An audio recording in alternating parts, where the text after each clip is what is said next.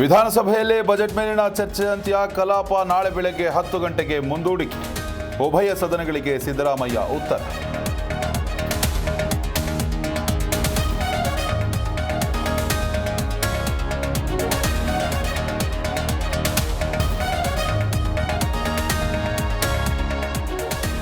ರನ್ಯಾ ಚಿನ್ನಕಳ್ಳ ಸಾಗಣೆ ಕೇಸ್ನಿಂದ ಎಚ್ಚೆತ್ತ ಸರ್ಕಾರ. ಶಿಷ್ಟಾಚಾರ ಉಲ್ಲಂಘನೆ ತನಿಖೆಗಾಗಿ ಡಿಐಜಿ ನೇಮಕ. ವಂಶೀಕೃಷ್ಣ ನೇಮಿಸಿ ರಾಜ್ಯ ಸರ್ಕಾರ ಆದೇಶ.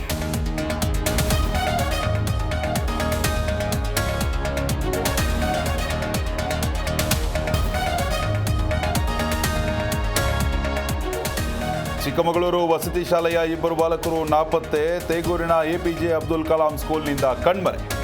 10 ದಿನಗಳಾದರೂ ಪತ್ತೆಯಾಗದ ಸ್ಟೂಡೆಂಟ್ಸ್.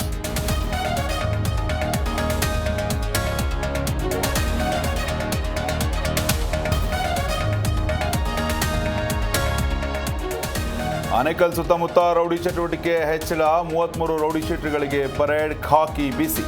ಬಾಲ ಬಿಚ್ಚಿದ್ರೆ ಹುಷಾರ್ ಅಂತ ಇನ್ಸ್ಪೆಕ್ಟರ್ ವಾರ್ನಿಂಗ್.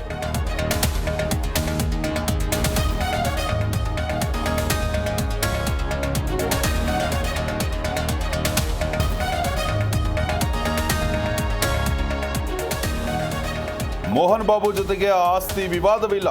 ಸುಳ್ಳು ಸುದ್ದಿ ಆಗಿರೋದ್ರಿಂದ ಅಪಪ್ರಚಾರ ಬೇಡ. ಸೌಂದರ್ಯ ಕೊಲೆ ಆರೋಪಕ್ಕೆ ಪತಿ ರಘು ಸ್ಪಷ್ಟನೆ.